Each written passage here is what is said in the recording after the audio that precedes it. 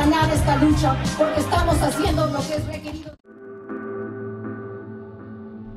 For the past 30 years, wealthy investors and multinational corporations have been on a crusade to restructure America and concentrate income and wealth in fewer hands. They have deregulated the economy, privatized public services from prisons to schools, implemented tax breaks for corporations that move jobs abroad, and cut taxes for the richest Americans, all the while raising taxes on the middle and working classes. They have promoted trade agreements like NAFTA that have forced Mexican farmers to leave their families' land and led to the loss of family-supporting jobs in the United States. As a result of these policies, the economy virtually collapsed in 2007 in the Great Recession, leading to the highest unemployment in 30 years. There are 25 million workers who are either unemployed or underemployed. A record 45% have been jobless for more than 6 months. For African Americans and Latinos, unemployment is at depression levels of 16% and 12% respectively. While the economy has begun to grow again, all the gains are going to Wall Street and industrialists. Oil companies, health insurance firms, and Wall Street are making record profits and bonuses. They have recovered, while working people have not. Rather than address the jobless crisis, corporations and their political allies have intensified their assaults on working people and democracy. To achieve their goals, they rely on the ancient strategy of divide and conquer. First, they claim that unionized manufacturing workers are overpaid to justify driving down wages and benefits and shipping jobs overseas. Now they are scapegoating public employees, teachers, firefighters, home health care workers, and others, claiming that they have not sacrificed like their private sector brothers and sisters. They constantly blame immigrant workers for high unemployment and low wages in an effort to undermine the solidarity that all workers need. We can no longer live in a society where the public employees are the haves and taxpayers who foot the bills are the have-nots. Wisconsin Governor Scott Walker. Let's meet some of the public workers whom Walker and politicians like him are attacking. My name is Nana McGuire. I come from Yugoslavia. I came to this country when I was 12 years old. We didn't speak the language at all. We learned very fast. My family was very poor, and they thought, if we come to the United States, we'll be someone, as long as we work hard, we'll have we'll have everything. I worked very hard by myself to raise my daughter. I became a security guard because I worked at the airport at one time.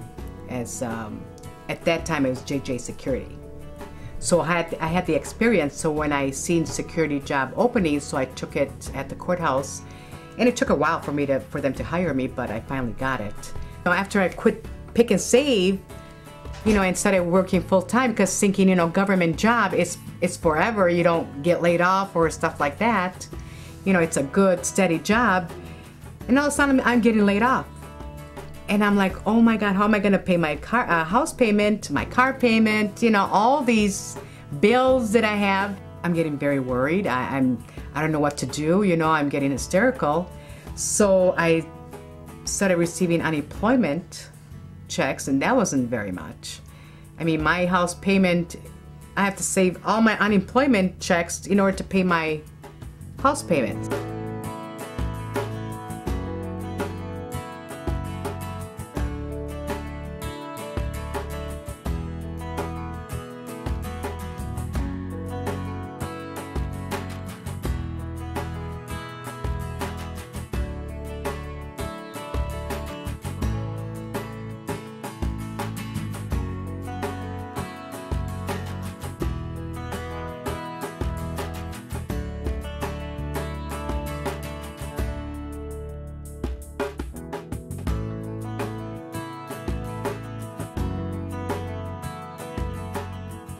We were 25 security workers at the time before they laid us off.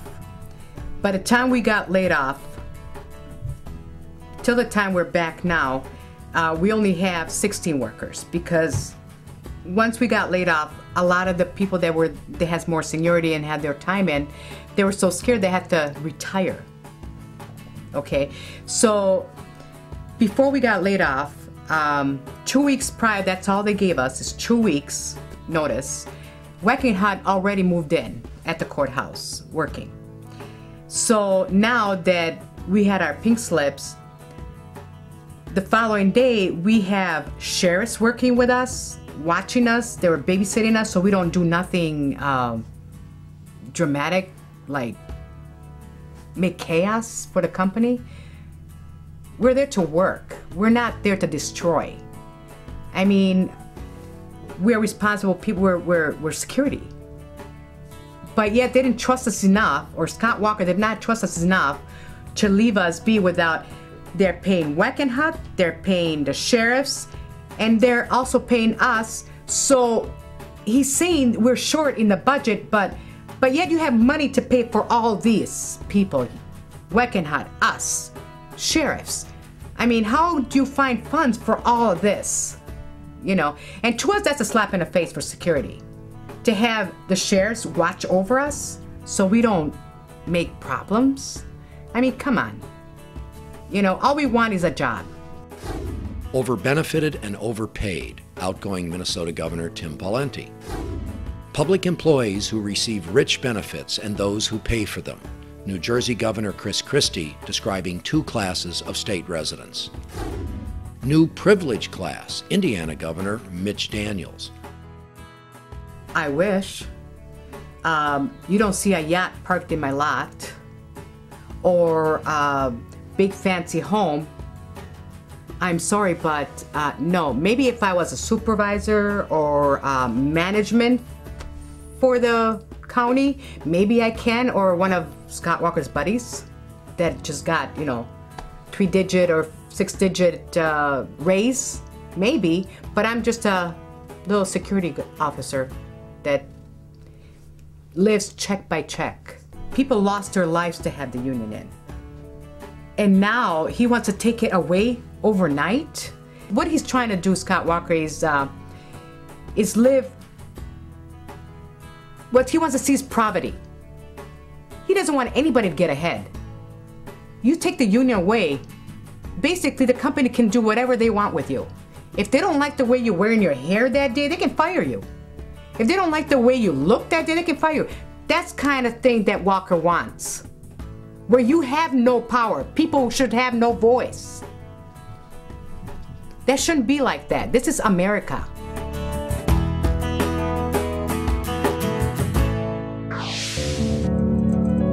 I started years ago, and I've been in the business for 20 years. The first lady I took care of, a friend called me and said that I could get a job there and I was in need of employment. So I tried that and found out it was a perfect job for me, not knowing that. So I spent many a years learning how to take care of all these people in this planet from ages 18 to 80 that are handicapped or have problems in their world. You have to be up 24/7 for whatever that might happen to them. And people aren't getting younger, they're getting older. And we got more and more old people every day. And where's this care going to go if there's nobody there to take care of them? They're going to die faster. And the wages that I've gotten is not the point that I need more money or anything like that. But I've seen where people that are rich will pay more. People that don't have much money will pay less. Companies that hire you will pay you a low wage. Some companies will pay you a high wage. There's no regulation on it. There's no control on it. There's no training for anybody. And I had trained people to do this work. The people that you're taking care of appreciate it so much because they feel so helpless. But you don't treat them like they're helpless. You treat them just like a natural human being. The cut that he's trying to do, there'll be no care for anybody in the next 10 to 20 years. Who's going to take care of these elderly people? There's hundreds and thousands of them right now that are living in nursing homes and that need to get out of there, need a place where they can live in their own home and die peaceably in their own house. The one elderly lady had a stroke. She was in a wheelchair for 20 years, and they never thought she'd walk again. I asked a physical therapist if we could train her to walk again. She said, if you want to put the effort in it. And they said it would take 8 weeks, but I constantly worked on her every day, and in 6 weeks we had her up and walking, and she walked just like she did when she started when a baby. And the family really appreciated that. She gave me the big hug, and she was so happy. The smile I put on her face that day just was enough payment for me just to see her walk again. It was just the most delightful thing you can imagine. When I was up in Madison, I talked to representatives to see where they stood on these cuts. Most of them were not in favor of it, to your face. But when you turn around and you read in the newspaper what they're doing, that's not what they're doing. There's over $30 million being wasted by our government that could go towards home health care projects and institutions that would be bettering these senior citizens that need the care. People need to know that our government is not treating our home health care workers with respect, or the clients with respect. Instead, they're spitting in their face, taking this money away and spending it somewhere else. I've been a teacher for 10 years. I've been teaching in Milwaukee Public Schools this is my 7th year. I took a little break when I had kids and worked part-time in a Catholic school and taught Spanish for 3 years there. And I liked it a lot, but I was ready to come back to Milwaukee Public Schools. I've been in 4 different schools in Milwaukee Public Schools, and every one has been a unique environment and a unique job. Proposed cuts by Scott Walker and the government in Wisconsin right now have an incredible impact on the public school students and teachers in Milwaukee. I think Milwaukee's been hit the hardest, and I think it's noteworthy to mention that we're also the most diverse and minority district, also the largest urban district in the state. We are losing 10 teachers at this school. It's an elementary school with kindergarten through 5th grade. For me, the most sad is that we're losing our art teacher. She is really the heart of our school. And sorry, I'm gonna cry, but I really feel so bad for the students here, because without their art teacher, she's holding together the school. She's done things like Wednesday night we had gallery night. Our school building is so beautiful because of her impact. Our outside gardens were created by her, the artwork on the fences outside. Ever since January, when we found out about the budget cuts here at Fratney and across the district, every morning when I come to the cabinet to get materials out for the day, I look at this NAEA poster that I got at a convention one year that begins "An art teacher is," and I think about writing this.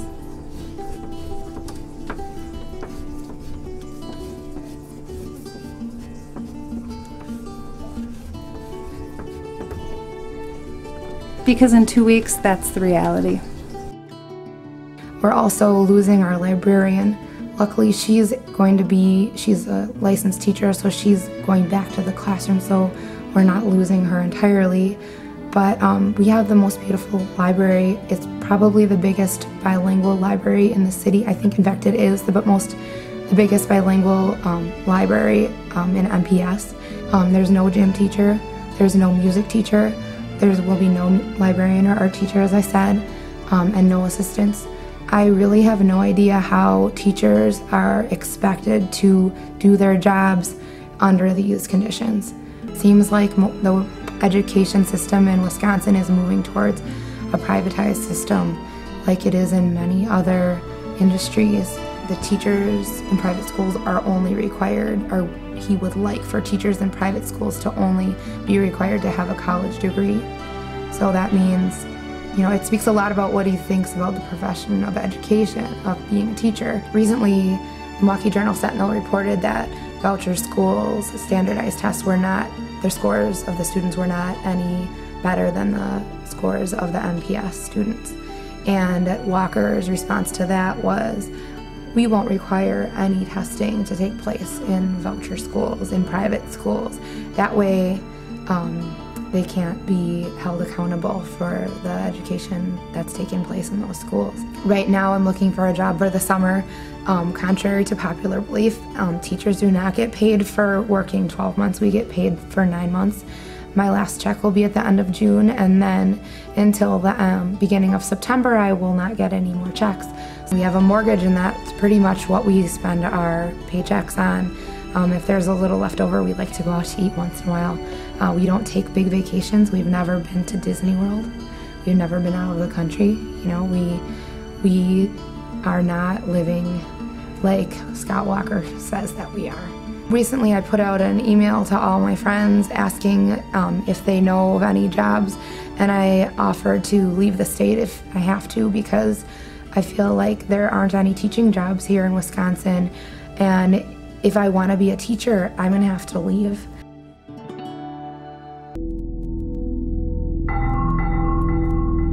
Politicians, like Walker, are pitting private sector workers against public sector workers. For us, this is about balancing a budget and saying that when the private sector is paying in many cases twice what we're talking about for health care, and certainly more if they have a pension, most don't, it's realistic that at a tough time when the private sector for years has been making sacrifices to keep people working, we should expect the same from government. Private sector workers who have been decimated by corporate free trade policies, resulting in outsourcing of jobs, high levels of unemployment, and declining living standards.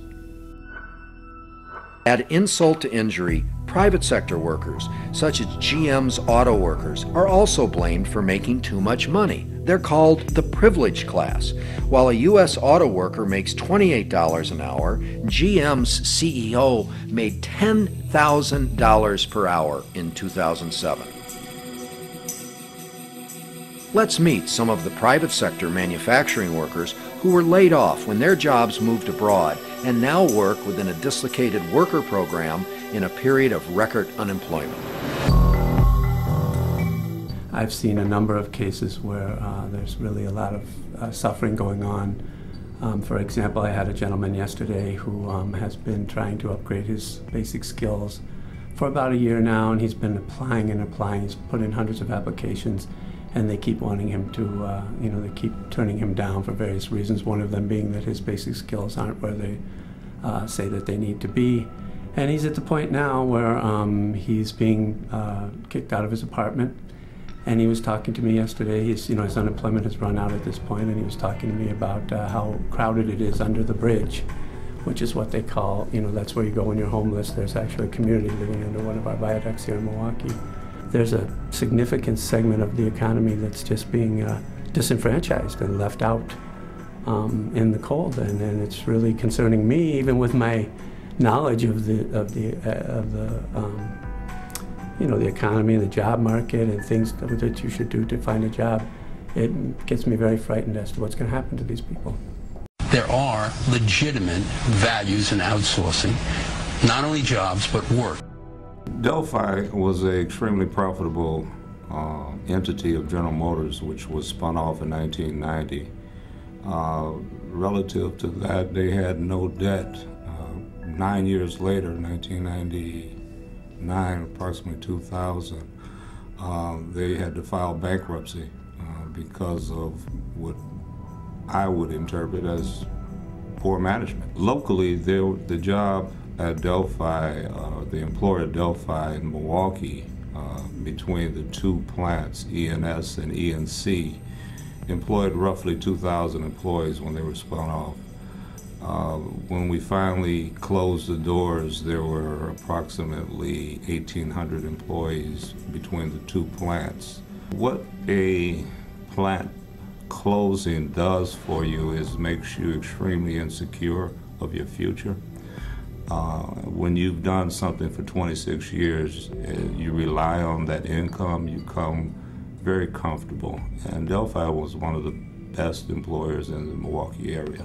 As a union leader, I've heard or had to listen to, or was willing to listen to because of my leadership role, to a lot of heartbreaks, a lot of stories from deaths related to stress, alcoholism, divorce, people losing their homes. There was a lot of despair. My uncertainty is going from $50,000 a year to $30,000 a year, but my budget had not adjusted downward. So to me, that type of pressure is, how do you fill a $20,000 gap when you've got these bills that have been amortized for 30 years and you're 15 years into them? Delphi always had a global imprint. When they filed for bankruptcy, they built 2 plants, one in China, one in India. They are still profitable. Those plants are thriving right now, especially with the new increase in the economy over in China. They're doing quite well. And some worked for IEBW, which is the electrical workers, who didn't receive the same type of package that the UAW workers were lucky enough to negotiate. So they may or may not have received their, or may not be receiving their pension at this time. I really can appreciate the governor's position as having to find ways to minimize the gap in funding, to find ways to decrease or eliminate the deficit that we have in the state budget. But the collective bargaining rights are non-economic. Those are rights of individuals to live or to work under agreed conditions. All you're doing is giving someone a rule book to work by. To eliminate that rule book brings in old classism, old nepotism, old favoritism in how and who is promoted and who gets what choice vacations. It takes the civil rights movement back 40 years. I think that to negotiate a fair wage for the time and the risk that one puts forth while doing their job is only fair and equitable. If that is something that our governor doesn't believe in, it's unfortunate.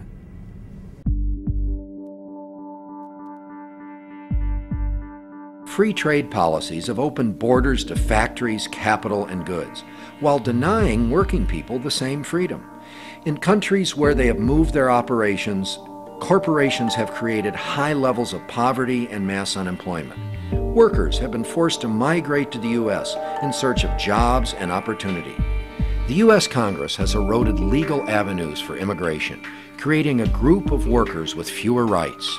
Despite being some of the most vulnerable workers in the U.S., they have been vilified and scapegoated for unemployment and declining living standards.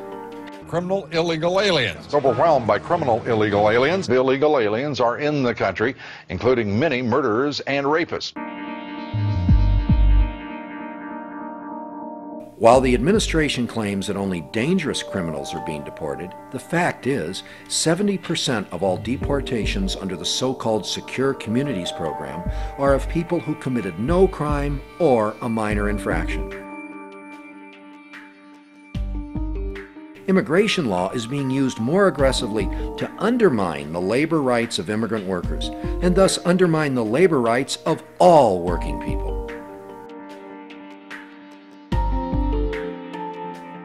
Let's meet a family, a brother and sister, who have suffered under this immoral system.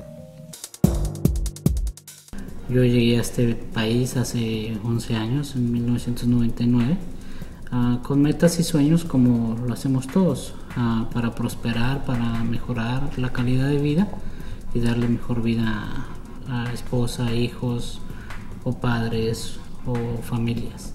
Pertenezco a una iglesia, soy diácono en ella, ayudo en el liderazgo de caballeros, soy el líder de los caballeros, y uno de los principios básicos de ese liderazgo es mantener familias unidas, ser buenos padres, buenos ejemplos para la sociedad.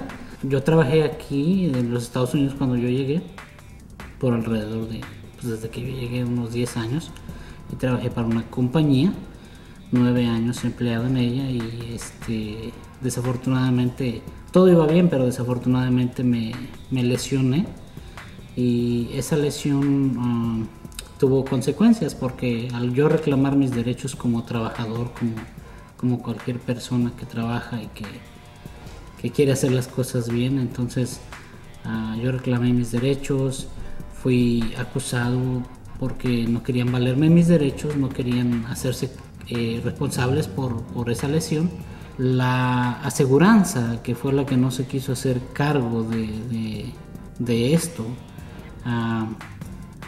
trató de involucrarme a mí en esto de robo de identidad, trató de decir, oye, esta es una persona ilegal, hizo averiguaciones por medio de un detective, fui solicitado para una entrevista con un detective, esto me resultó en detención, en cárcel, me encarcelaron, estuve en cárcel, mis hijos yo viéndolos a través de una ventanita, de no poder abrazarlos, no poder tocarlos, no poder besarlos, mi esposa quedándose con todos los cargos en la casa, quedándose con todo esto, sufrió bastante. En cuanto yo obtuve esos cargos, inmediatamente me pusieron a mí en orden de deportación. Mi familia corre un riesgo de separación, corre un riesgo de estar separados de mis hijos, de mi esposa, de, pues no sé, una vida que ya llevo aquí, algo que es difícil, ¿verdad? Porque la verdad son 9, 10 años que he estado en este país luchando para obtener un sueño, y de repente que te lo quiten, te lo arrebaten por injusticia, porque no quieran valerte tus derechos como trabajador, o porque te vean como una persona sin valor, que te vean como una persona inmigrante, que te ven como una persona criminal, cuando realmente lo único que uno es amar a su familia, es lo que uno hace. Si tú amas a tu familia, tú trabajas. Si tú amas a tu familia, tú lo cuidas, tú buscas su bienestar. Tengo compañeros que hasta el día de hoy yo me comunico con ellos o hablo con ellos en la misma compañía. Entonces a ellos les ha afectado en el grado en que si se lastiman tienen miedo de decir, oye, es relacionado al trabajo. Ellos se ven bien afectados porque se intimidan, no lo hacen. Oí de que un día llegó con un doctor esta persona, y cuando el doctor le dijo, la compañía es responsable por esto, y él le dijo, ¿sabes qué? Déjame así. Él le dijo al doctor, déjame así porque yo no quiero tener problemas. Y estas son una clase de problemas, no quieren, les da miedo, tienen temor, y ¿quién no va a tener temor de que vaya uno a parar en la cárcel, o que te vayan a afectar de esta manera, que sientas miedo hasta de salir afuera a la calle, que tengas miedo de cruzar las calles, o que tengas miedo de ir al cine, ir a la tienda, a hacer una vida normal? Yo he estado aquí en Estados Unidos por 15 años. Gracias a Dios ya soy ciudadana de este país, y me afecta mucho porque, como dice mi hermano, nosotros crecimos con principios, con valores, y los respetamos. Entonces siempre mi mamá nos ha enseñado a la verdad, a decir y a seguir y vivir honestamente y honradamente. Criminal illegal aliens are sent across the border, deported, and are returning and then murdering police officers. It's about holding your network accountable. It's about holding your network accountable for allowing. Every day. Están acusando directamente a los inmigrantes, aunque ellos no sean. Están culpando por otras personas que están tomando ventaja de lo que está sucediendo actualmente. Muchas veces les gusta a las compañías contratar a hispanos porque son trabajadores que conocen su desventaja y que saben que se tienen que levantar y que tienen que ir y hacer la mayor producción, a trabajar duro, que no tienen, que en cualquier momento se pueden aprovechar de ellos, que no tienen derecho a reclamar un día de descanso o un día de enfermedad, porque temen que en cualquier momento los van a despedir. Yo veía cómo el empleador seleccionaba a los trabajadores para darles el beneficio de overtime, y muchas veces no les pagaba overtime y les exigía más producción, y entonces mucha gente que tenía los beneficios, ahora ciudadanos, no les daban el overtime, y eso los llenaba de coraje, a los ciudadanos y decía, ¿por qué le están dando el trabajo a esta otra persona? Pero lo que quizá no entendían, o también se enojaban porque veían como esta otra persona hacía más producción que ellos y le decían, no trabajes tanto, porque por tu culpa ahora yo tengo que trabajar a tu ritmo también. Entonces le daban el trabajo de overtime a estas otras personas, porque si se lesionaban o algo, los empleadores sabían que no corrían ningún riesgo y que no los iban que no iban a exigir su derecho. Entonces eso es algo que a mí me parece demasiado injusto, porque el empleador se aprovecha, el empleador gana lógicamente. Yet the grab for power that we are experiencing in our generation has unleashed a rekindled fight among working families to protect their rights and build alliances. Governor Walker's attacks on collective bargaining rights led to an occupation of the state capitol, sick-outs, mass protests, and recalls of senators supporting Walker's agenda. Wisconsin workers have joined together in peaceful protest to say to Governor Walker, no! On May Day 2011, National AFL-CIO President Rich Trumka joined the largest solidarity march for immigrant and worker rights in the country in Milwaukee, Wisconsin, in an unprecedented collaboration of organized labor and the immigrant rights movement.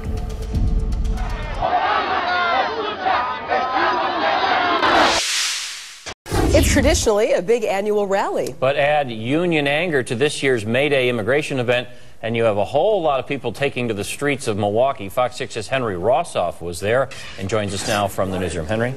Today we saw what organizers called the largest crowd in the history of this pro-immigration event, and they made no secret of the reason why it was so big. Obama, escucha, estamos en la lucha. This year's Voces de la Frontera May Day March kicks off with familiar steps. I want to support all the Latinos, the Latino community, just to make sure that, we get equal rights. But the annual immigration celebration has a different feel in 2011. It's good to know that, not just the Hispanic community, but also the non-Hispanic community is here, to support each other out. Labor is a leading source of the sounds echoing high to the sky and landing at Veterans Park for the rally. Just wanted to be out here to support workers in Wisconsin. Being here with a lot of people, different countries, races, amazing. Well, I think we're all here looking for the same thing, that is justice. The ceremony is punctuated with powerful words from National AFL-CIO President Richard Trumka. He highlights what he calls the common struggle of unions and immigrants. So many rich and powerful institutions are determined to keep us in our place, to defeat us, to wear us down. He pauses so his words can be echoed in Spanish. You cannot take our basic rights and jobs away from teachers and firefighters and police officers, the people that we rely on to make our communities safe and worth living in. We won't allow it. Organizers estimate 100,000 people participated in this year's march and rally. When we were there, we did not see any counter-rally protesters. Live in the newsroom, Henry Rossoff, Fox 6 News.